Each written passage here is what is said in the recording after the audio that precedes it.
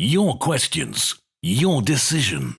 Ask the leaders on Central FM. Welcome to Central FM. Willie Rennie from the Scottish Liberal Democrats. Hi, Willie.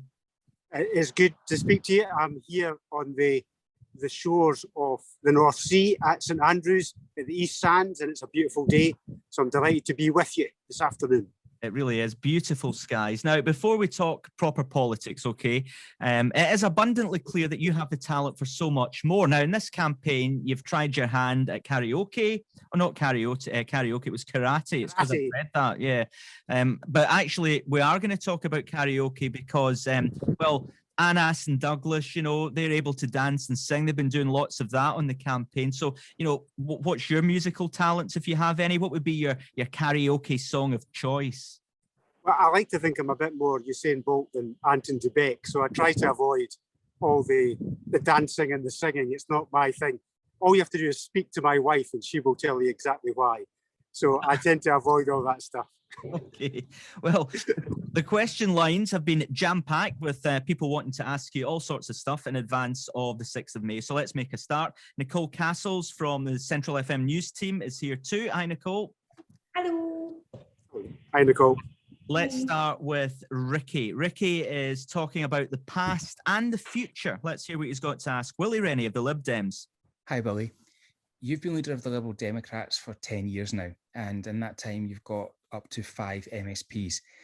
Do you think you've done enough to highlight Liberal Democrat causes and push the needle towards the Liberal Democrats? Would you class your last 10 years as a success? And what would success look like in the next 10 years for you? Willie Rennie. Yes, I think we've quite effectively got across the messages around about the Lib Dem priorities of mental health investment, of early years education, which are particular passions of mine, but also our opposition to the centralisation of the police, which ultimately we were proven correct about, standing up against Brexit and against independence. And I think now with the next campaign, as we're in the middle of that, I think we've got the opportunity to grow and more people are coming to Liberal Democrats because we're saying, put recovery first, let's put the divisions of the past on independence behind us, work together to try and get through this dreadful pandemic on education, mental health, and creating jobs and taking action on the climate. So yes, I think we've made significant progress in the last 10 years, but I want to make so much more. And just off the back of that, Willie, what would you count as a successful election for you and the Lib Dems? When I won my first election campaign back in 2006 in Dunfermline, I was completely oblivious to the fact that I was about to win. So I'm not going to start predicting how we're going to do in this election campaign. I just know that there are people, increasing numbers, of people who were SNP and are concerned that the SNP have just got this resolute focus on independence, but also those who were Ruth Davidson supporters at the last election who are not enamoured with the current direction of the Conservative Party. So those kind of moderate Conservatives and, you know, as we would call them, soft SNP supporters, are looking at the Liberal Democrats afresh, and that's why I'm confident we're going to grow in this campaign. Okay, here's Lloyd. In fact, Willie, you touched on this point yourself just a moment ago, but Lloyd, what is your point for Willie Rennie? Hi, Willie.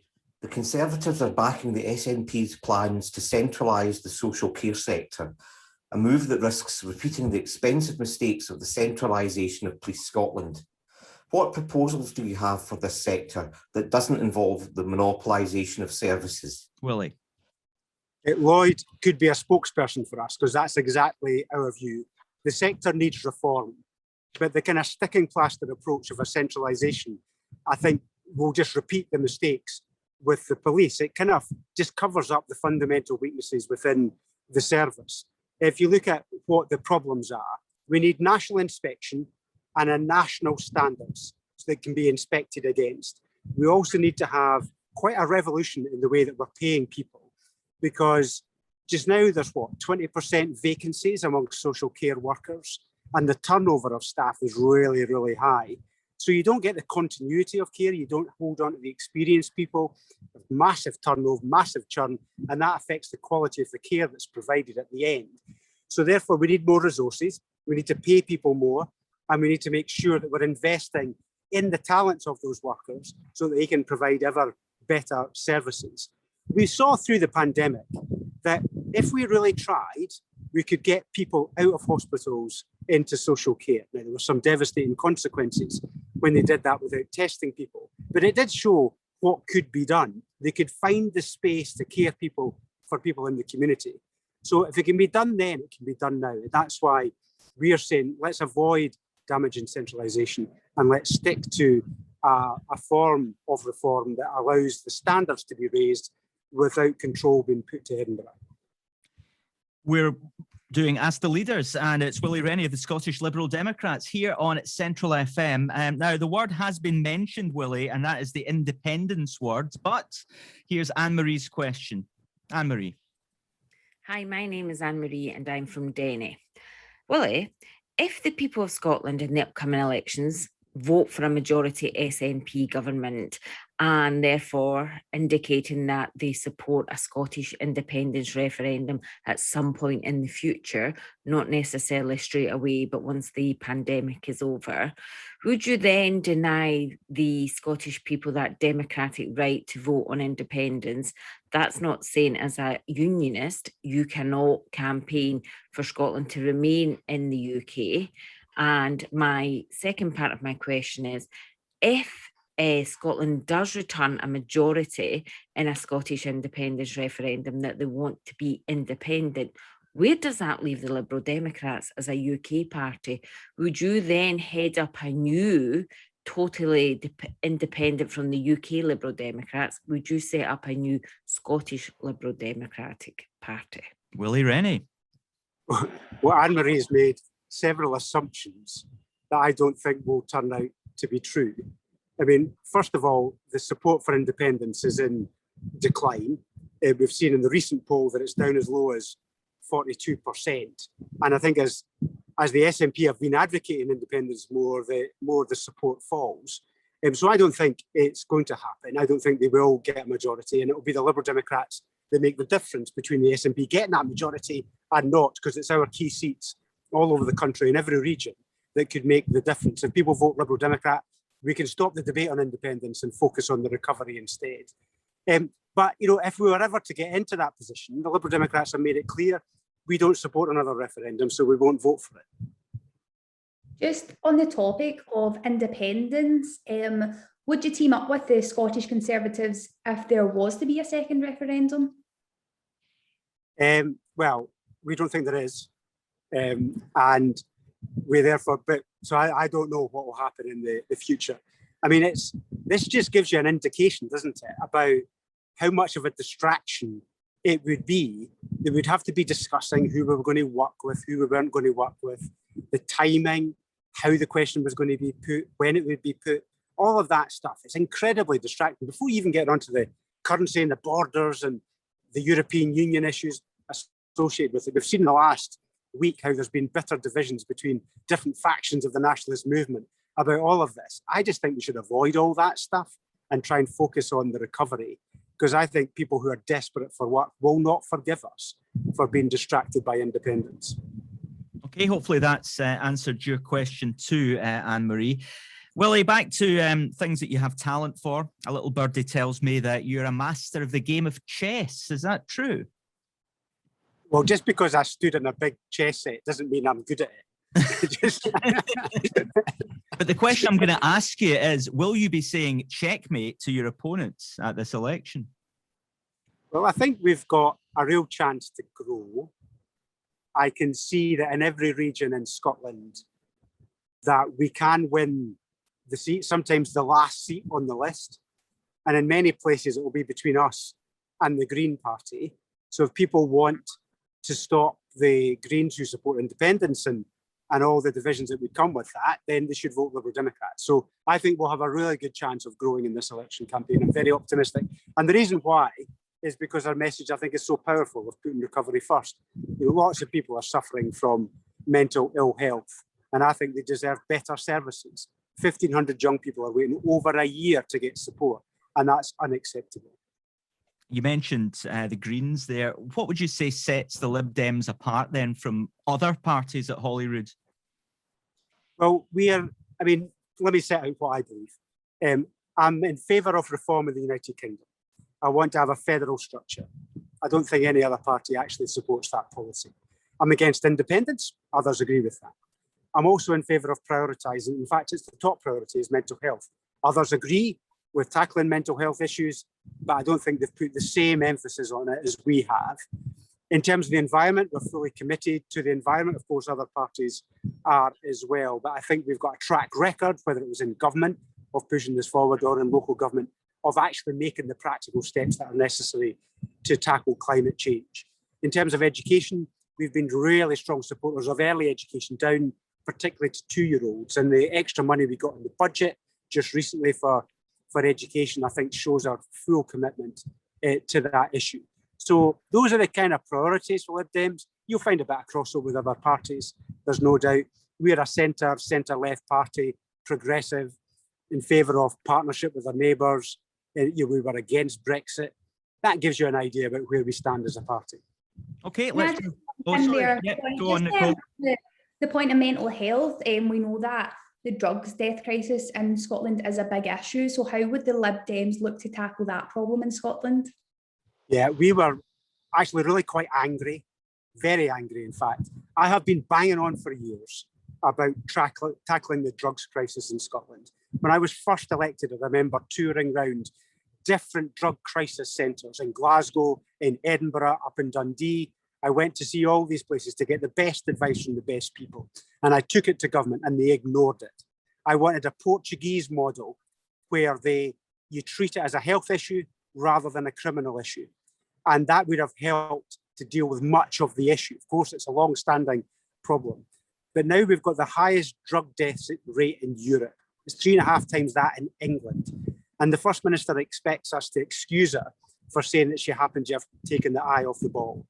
Well, no, it wasn't. She did a deliberate decision to cut the drugs budget and the rehabilitation funding, despite the fact that we were telling her not to do that. And her Justice Secretary at the time admitted is because it wouldn't have helped their campaign for independence to have made that case. And I think that shows exactly what could happen in the next 5 years if we allow independence to consume us all over again. So you can tell, I feel really angry about the drugs crisis because we should have seen this coming. We warned about it, but the SNP government ignored us. And that, for that alone, I think they deserve to be punished at this election campaign. Okay, let's get back to our listeners.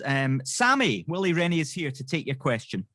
Hi, Willie. You told us at your party conference last October that after years of arguments about Brexit and independence, Scotland needed hope and unity. How do you plan to achieve that if you want to rejoin the EU? And also, would you boycott any independence referendum that does not have the agreement of the UK government? Thanks. Thank you, Sammy. Willie Rennie.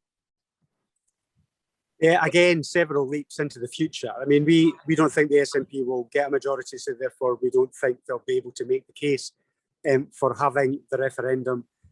I think the way to bring the country together, to be frank, is try to agree to disagree about these issues. And I know it's hard because a lot of people, are pretty dedicated to securing independence. But there are many people, particularly those who supported the SNP in the past, who are just not sure that this is the right time to have a referendum.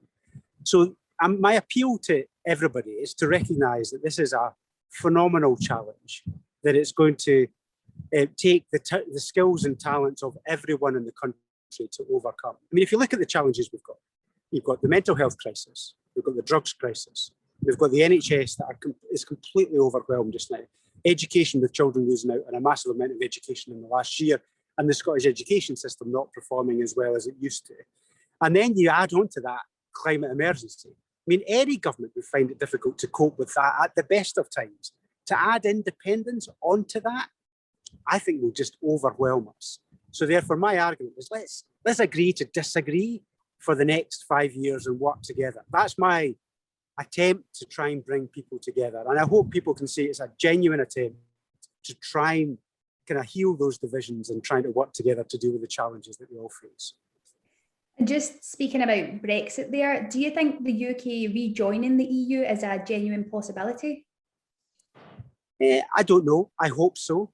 And I'll certainly make the case for that because I believe in partnership with our neighbours in Europe as well as in the rest of the UK.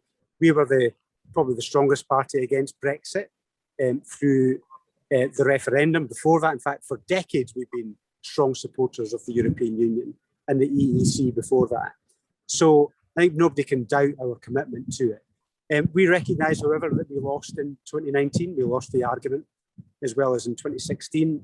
And what we need to do now is, over time, persuade people of the merits of partnership with Europe, which I think will become evident over time. And I hope then we can persuade people that we should rejoin. But for now, the recovery has got to come first. It applies equally to Europe as it does to independence. So I can hope people can see that I'm probably sacrificing quite a lot of what I strongly believe in order to deal with the recovery. As well as being a great, lovely, bright, sunny day today, I'm just admiring all of the very varied selection of dog walkers and joggers, and there's everything going on behind you. Well, I'm actually on the coastal path, right, which is one of the most popular parts of Fife, because it takes you through some of the greatest sights. So that's why it's so busy behind me. Yeah, I've not had any waves yet. So yeah, you're lucky that's all you're getting. Well, yeah. Let's go on and speak to Eve. Eve, what would you like to ask Willie Rennie of the Scottish Lib Dems here on Ask the Leaders on Central FM? Eve. Hello, Mr. Rennie. I feel not enough has been done by the SNP to encourage the uptake of sport in Scotland. What are your plans to boost local sport? Nice quick question there.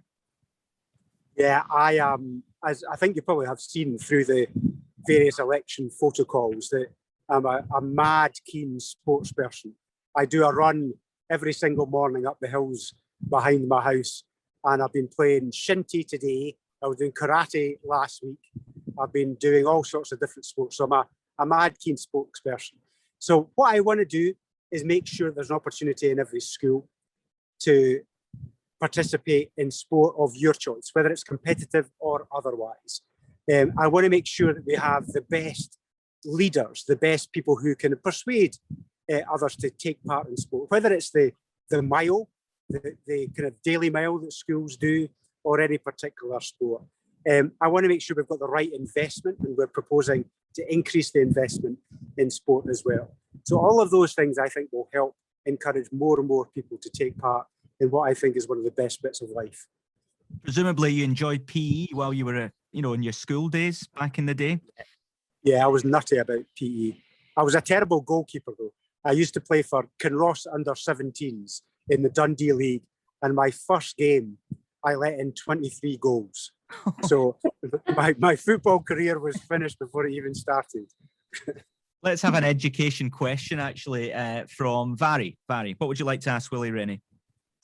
As a recent nursing student, I want politicians to focus on education and the poor record of the SNP. There are 1,800 teachers unemployed and class sizes are still too high for my liking. How would your party fix the ongoing disaster that is the Scottish education system? And would you ditch the curriculum for excellence? Oh, Willie. These are excellent questions. There are, thousands of people who've left the profession within the last few years. 1 in 10 teachers now is on a casual contract. They have, I think, made the teaching profession, they've diminished the teaching profession because the funds that they've made available for education have not been made permanent. So you can't recruit permanent teachers. That has a massive impact on every class because the turnover of teachers is really significant. So that's why we need to make sure that we increase the number of teachers to cut the class sizes. And we're proposing to make 3,500 extra teachers permanent. And we've got the financial backing to make that happen. So we'll cut class sizes so that we can have bounce back in education so that children have lost a lot in the last year get the support that they need. So that's why we want to change all that. Curriculum for excellence, I think there's no doubt it needs reform. I'm not sure that scrapping it is necessarily the right idea because teachers have been through quite a lot of turmoil in recent years. So I wouldn't propose scrapping, I would propose reform. And that's why we need to make sure that we make the right steps on that. Just give you one figure that shows the terrible record of the SNP in government. Nicolle Sturgeon promised to close the attainment gap completely. She's closed it a little bit within the last few years, but it would take another 35 years for the attainment gap to close completely at level 5. 35 years. That's how slow the progress is. She said this was her defining mission. Well, if this is her defining mission, she's not performed very well in the last 5 years. And I'm not sure people should give her the confidence for the next 5 years. And just off the back of that question there, the Scottish Lib Dems have backed raising the school starting age to 7. Can you talk us through the reasoning behind this pledge? Yeah, so we want to move to the kind of Scandinavian model, which is basically introducing a kindergarten stage, extending the nursery type teaching, which is based on play. And through that, you give a better start to the primary school education. It's proven to work very well in Scandinavia. It allows children to explore in a fun kind of way learning. It's still education, but it's just taught differently. There's a campaign called Upstart who do an excellent job with Professor Sue Palmer at the head. And they're a group of parents and teachers, people who are interested in making sure that Scottish education is improved. And I'm backing those proposals. Well, the birds started singing in the background as soon as you mentioned Scandinavia. It was just that mention got them going. So don't know if there was maybe something to do with exotic lands or something. Maybe they thought they were somewhere else, but it is lovely today here in Scotland. A couple of questions. One from Tracy that we'll hear in a second. Moira in Cumbernauld didn't want to come on, but I'll just ask her question. She says the SNP said in 2011 that they would cut hospital waiting times for treatment to 12 weeks. However, I read today that cancer waiting times have not met their target since 2013. So how will the Lib Dems ensure that patients with cancer will be seen within an appropriate length of time? Willie Rennie. Actually, not only has the 12-week guarantee not been met, but it's been broken 380,000 times. And it was put into law by Nicolle Sturgeon, so it should never have happened. And there is no recourse, there's no penalty for the NHS. We just carry on as normal, as if everything was okay. And I think people who have been desperate for treatment are pretty bitter right now, and it's been made worse through the pandemic. So yeah, so what we are proposing to do is an NHS recovery plan, which will ensure that we localise health services, that we use the new technologies, we put specialists into GP surgeries so that people can more easily access the specialists that they need. We're going to make sure we use the new technology that I've just talked about, the near me technology that they use, which allows people to stay at home and see their GP, a very efficient process. But also we're talking about creating diagnostic and treatment centres all over the country so that we can smooth the path towards treatment, particularly for cancer. So those are the steps that we'll take. But at the heart of this is mental health, because mental health is an increasing burden on the NHS. The people are not a burden, but the illness is, and it's consuming so much of the service. And we're not training any more psychiatrists and psychologists than we did 5 years ago. So we need to double the numbers in training. We want to utilise the underutilised mental health counsellors in the independent sector and charities across the country, so we can cut the waits and deal with preventative action as well. And then finally, we want to have a mental health first aider in every single workplace, so people don't even end up in the NHS, because we can nip it at the bud at a very early stage with this support mechanism. So all of that combined will allow us to deal with the massive mountain of mental health waits and treatment waits in the general NHS that need to be dealt with and need to be dealt with quickly. Moira, I hope that's answered your question. What's your relationship like with the UK party leader, Sir Ed Davey? Ed Davey and I have worked together for a number of years. I know him, I trust him. He's a very effective parliamentarian. He was a cabinet minister. He was responsible for the environment and is very committed to making sure we meet our climate change obligations. I get on with him really well. Very sound. We speak every fortnight regularly. We make sure that we understand what each other are doing and we back each other up. He's a great support. He's not my boss, he's my partner, and we work really well together. Okay. Can I just jump in here as well? You mentioned climate change. So what are the Scottish Lib Dems proposing that we do to tackle that issue in Scotland? So behind me is the North Sea. There's going to be a whole lot of wind farms out there very soon. Sea Green, Nicolle, they're all going to be built out there. The problem is the jackets for those wind turbines are built on the other side of the planet. So that's not very good for the environment to tow these massive structures all the way around here. Plus, the people who are looking at the wind farms won't be getting any of the jobs to make the wind farms. So we need to deal with that and make sure that we're fully getting a just transition for those who perhaps have worked in the oil industry before, and as that is in decline, we increase the renewable sector and they get the jobs in return for that. But secondly, we want to have a kind of a revolution in the heating of our homes. So we want to take gas out and put in renewables. So that means things like 1 million air source heat pumps, which I'm particularly enthusiastic about. And that'll employ plumbers and electricians and joiners and all sorts. That's a great thing to happen as well, because it reduces our carbon footprint. And then finally, we want to make sure that we are changing our transport system more towards charging cars, electric cars, but also hydrogen in our buses. And with that combined all together, those three elements will help us meet our climate change obligations. Okay, just going back to, you mentioned Ed Davey, and I mentioned him to start with, and you said, you know, he's not my boss kind of thing. I think that ties in with our last question, actually, from our listeners here on Central FM. It comes from Tracy. Tracy, what do you want to ask Willie Rennie? Hi, my name's Tracy and I'm from Denny.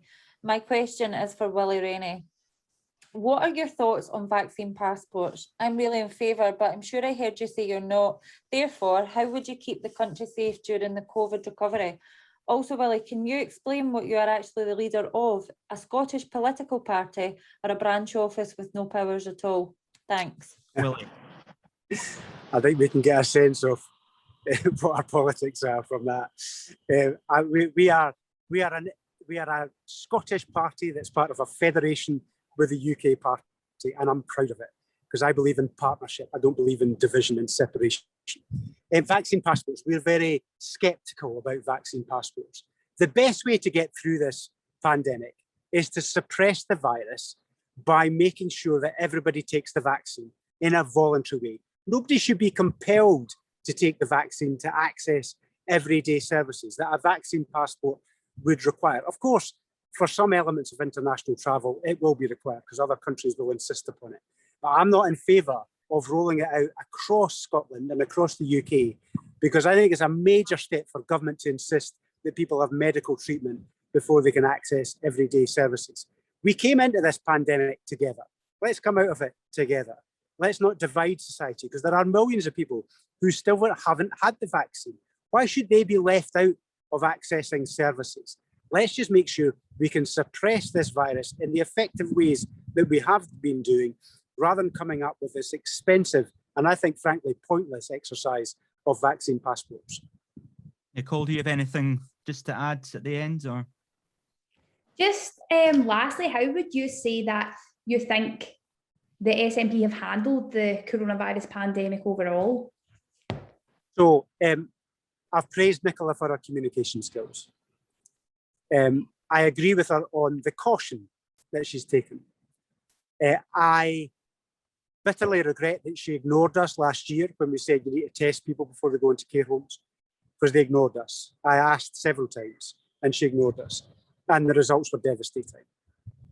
So I regret that. I regret the fact that she didn't prepare for the second wave effectively, didn't roll out the testing. They've never quite believed in testing in the same way as I have. So they should have rolled it out so that students didn't face outbreaks in universities in the way that they did. We should have had the quarantine spot check system much more effectively implemented. So there's a number of different things that I think they got wrong, but I've praised her for her communication and I agree with her on the caution. I just wish she'd got the other things right as well.